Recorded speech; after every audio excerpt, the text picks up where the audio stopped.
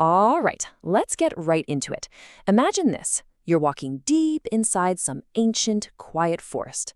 The light's filtering down through the leaves, everything feels peaceful, and then you see someone up ahead, maybe another hiker. But as you get closer, this weird feeling creeps in. Something about them is just deeply wrong.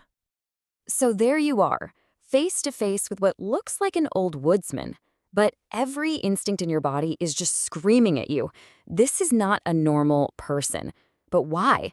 Well, it's because the little details, they're all backward. You notice their shoes are on the wrong feet, their coat is buttoned the wrong way. The opposite of how everyone does it. It's a subtle thing, but it's jarring. And then you see the real kicker. They're standing in a bright patch of sunlight, and they cast no shadow. You haven't just met a stranger. You've just stumbled upon the master of these woods. Yeah, this figure, this being, it has a name, one that's been whispered in Slavic folklore for centuries. You are in the presence of the Leshy. So what is the Leshy? He's the absolute king of the forest, a shape-shifting guardian spirit. But here's the really interesting part. He's not good, and he's not evil. He's totally neutral. He's kind of a wild card, and how he treats you is a direct mirror of who you are. And his main power? It's pretty incredible. The Leshy has total control over his own physical form. Get this. When he's inside his forest, he can make himself as tall as the trees, with his head literally in the clouds. But the second he steps out into an open field, he can shrink himself down to the size of a single blade of grass. Just gone. And even when he decides to look human, the disguise is never quite right. His skin might feel rough, like tree bark. His hair could be a mess of green vines. And his eyes, they often have this eerie, mossy green glow. Some stories even say he's got horns and that his blood is blue. All of these little clues that tell you he is something else. Okay, so if he's not just some evil monster, then what's his deal? What's his purpose? Well, the Leshy is, more than anything else, a judge. He's the ultimate test of your character the moment you step into his world. It's actually pretty straightforward. How your day in the woods goes is 100% up to you. To the Leshy, the forest isn't just a bunch of trees.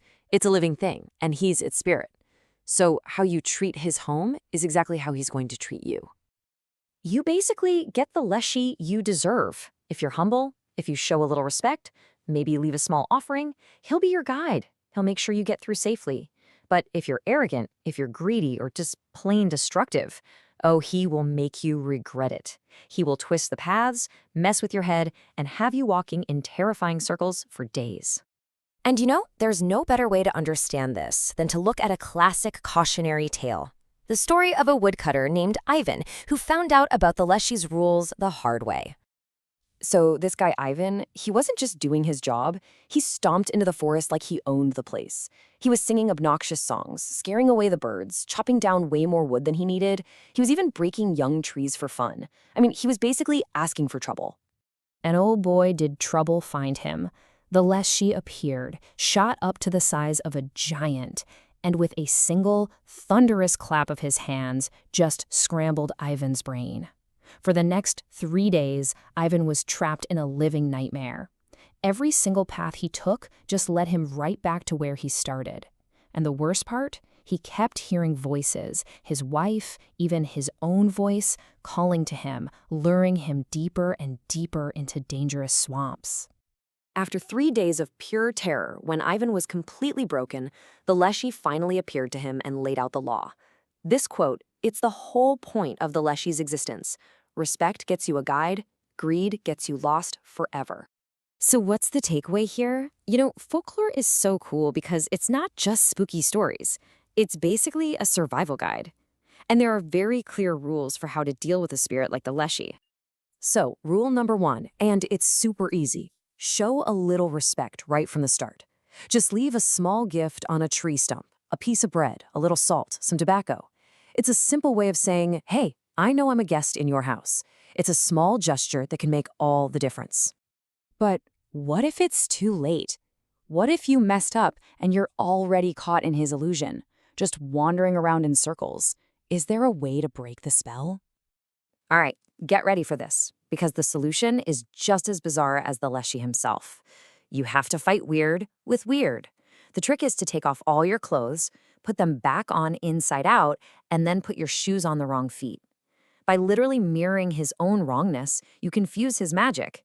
It's like you're speaking his language, and it can actually break the spell. So, beyond all the creepy stories and strange rules, what's the deeper meaning here? Why do people create a spirit like the Leshy? What does he really stand for? Well, the old tales have a couple of ideas. One is that Leshies are actually the souls of cursed children, lost to the woods forever. Another belief is that they were fallen angels who got tossed out of heaven and just happened to land in the forests, becoming their eternal guardians. But on a symbolic level, it's much more profound. The Leshy is the forest. He's the personification of nature's two sides. On one hand, the forest can give you everything you need: food, shelter, resources. But on the other hand, it can be a terrifying, bewildering place where you can get hopelessly lost and die. The Leshy is both of those things at once. And that's really the ultimate lesson here. The Leshy teaches us that the wilderness isn't just a resource to be used up. It's not empty property. It's a living, breathing thing that has a spirit. And that spirit is always, always watching.